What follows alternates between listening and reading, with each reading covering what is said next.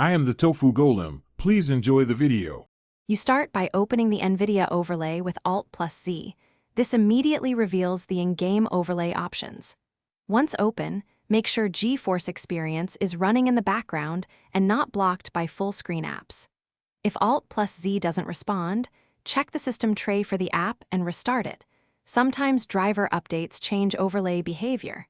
Now that the overlay is visible, move to the next panel to locate the Performance section where the overlay settings live. You should click the settings gear icon inside the overlay, then navigate to HUD Layout or the Performance tab depending on your GeForce Experience version.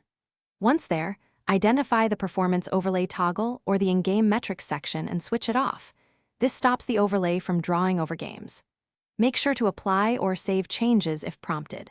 If you see different labels, look for words like HUD, FPS counter, or performance, because the option is functionally the same across versions. You finish by exiting the overlay and launching a game to confirm the performance overlay is gone. This validates the change. If the overlay persists, restart GeForce Experience and then your PC, because lingering processes can override settings.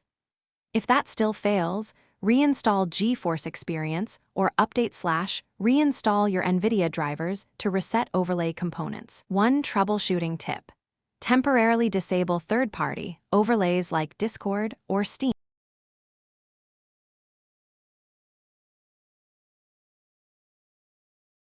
Thanks for watching. Consider subscribing if we helped you today.